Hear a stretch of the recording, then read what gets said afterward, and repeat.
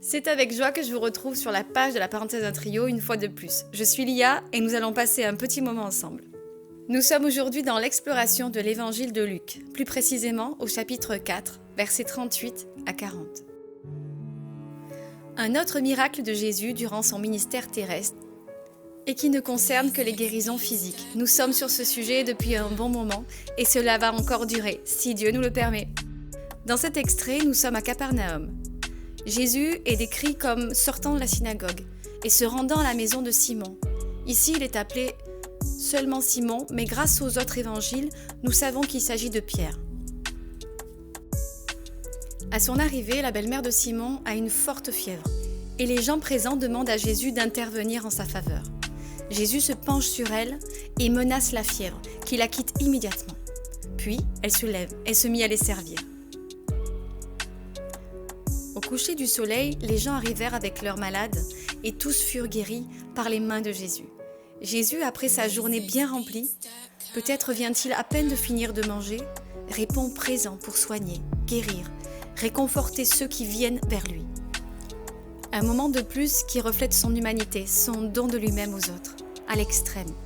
Il va offrir à chaque malade non seulement la guérison, mais aussi un moment privilégié avec le Sauveur. Il va les toucher de sa propre main.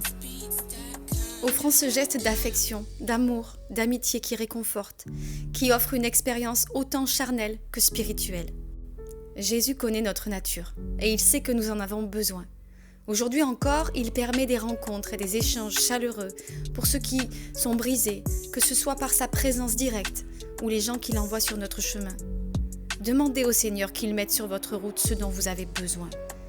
Une personne récemment m'a dit « Mais je n'ai pas à lui dire, il connaît tous mes besoins. » Oui, mais il nous demande de lui faire connaître de notre bouche nos besoins, car le dialogue est nécessaire pour établir une relation. Pour se sentir proche de quelqu'un, il faut pouvoir se confier. Et Dieu ne désire que cela, une relation profonde. Il sait que nous en avons besoin. Oui, il sonde nos cœurs et nos reins. Et je fais référence à Jérémie 11, 20. Comprenez, il connaît tout de nous, même ce que l'on n'ose pas s'avouer.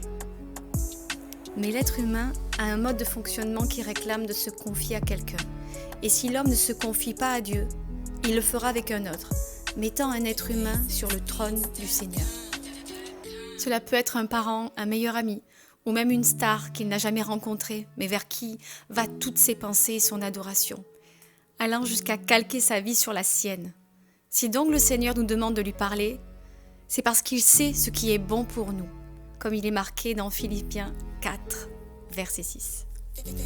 Quand je vous dis demander au Seigneur, soit qu'il intervienne directement dans votre cœur pour une consolation, ou qu'il vous envoie une personne pour accueillir ce besoin de réconfort, c'est en vous recommandant de ne pas oublier que, peu importe la forme de l'aide, toute la gloire doit revenir à Dieu lui-même.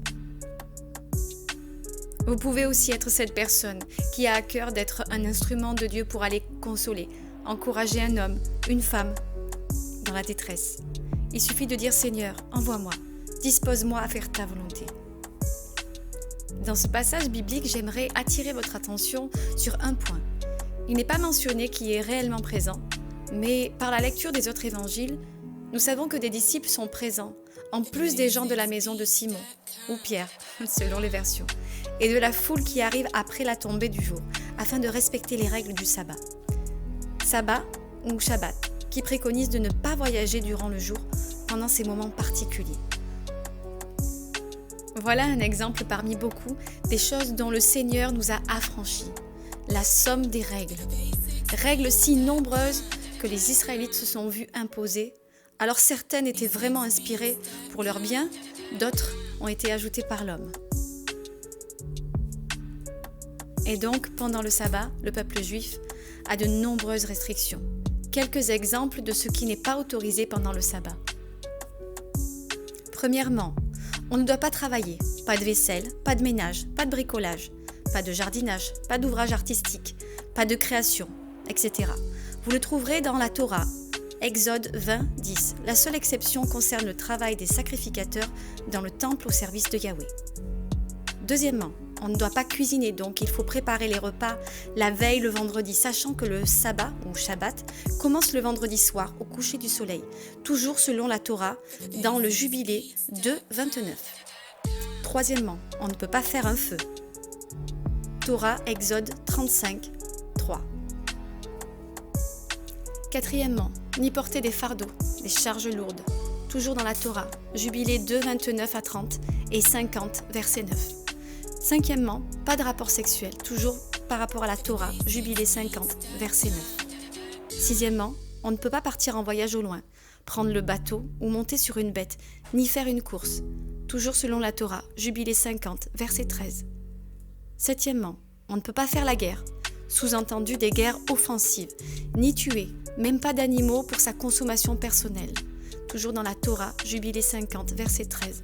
La seule exception concerne les animaux tués pour être offerts à Yahweh dans son temple. Huitièmement, on ne peut ni acheter ni vendre. Torah, Jubilé 50, verset 9. Et neuvièmement, ni jeûner dans le but de s'humilier. Torah, Jubilé 50, verset 13. Je cite la Torah, mais l'essentiel est présent dans l'Ancien Testament de notre Bible également, soyons clairs. J'espère que cela vous pousse à réaliser à quel point Jésus nous a rendus libres, à quel point il a pris nos fardeaux, non pour que nous en profitions ou pour en abuser, mais pour lui dire merci. Merci mon Seigneur, mon Roi de gloire, mon Libérateur. Jésus nous a offert par son sacrifice une vie de privilège. Alors oui, nous ne sommes pas exempts de tout souci, obstacles, épreuves et autres, mais nous avons le meilleur à nos côtés, Jésus. Sans lui, c'est pire et surtout impossible de pouvoir se présenter devant le trône. Personne ne peut prétendre être juste devant Dieu. C'est écrit dans Psaume 143, verset 2. Aucune œuvre ne pèse assez lourd devant lui, sachant que toute œuvre bonne que nous manifestons a été préparée par lui d'avance. Vous pouvez le lire dans Éphésiens, chapitre 2, verset 10. Que l'on soit croyant ou pas, le bien vient de sa source uniquement. Faire le bien sans être au bénéfice total de sa présence est une folie. C'est comme rester toute sa vie dans un couloir, alors que la demeure est immense et qu'il vous suffit d'ouvrir une porte pour y accéder. Ne restez pas sur le seuil. Entrez dans ses parvis avec reconnaissance, car il revient bientôt. Le temps de la grâce ne durera pas. Repassez sur votre cœur ce passage. Voyez avec quel empressement Jésus répond à l'appel de tous ces gens. Il ne leur a rien demandé, rien.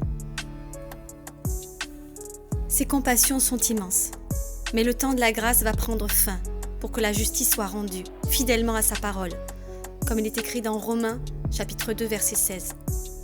Prenons ce temps ensemble et prions. Seigneur, ton nom est élevé au-dessus de tout nom. Je reconnais tes bontés envers moi et ma famille.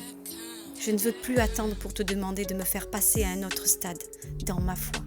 Je ne veux pas rester à l'entrée de ta demeure, mais y pénétrer pleinement et contempler tes grâces de l'intérieur. Je te remets aujourd'hui les âmes qui ont besoin de toi. Appelle-les à rejoindre ton corps. Garde-nous dans ton amour et ta puissance pour les jours mauvais.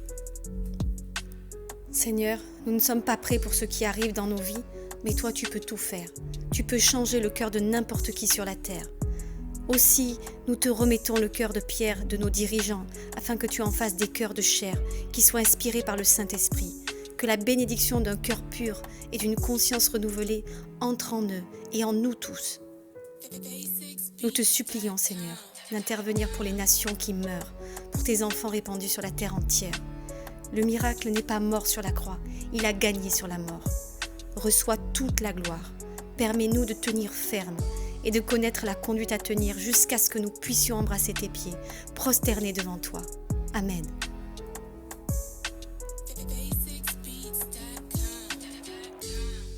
Merci infiniment d'avoir suivi ce partage. Que la parole du Seigneur soit bénie. Comme d'habitude, je vous demande de partager et de commenter.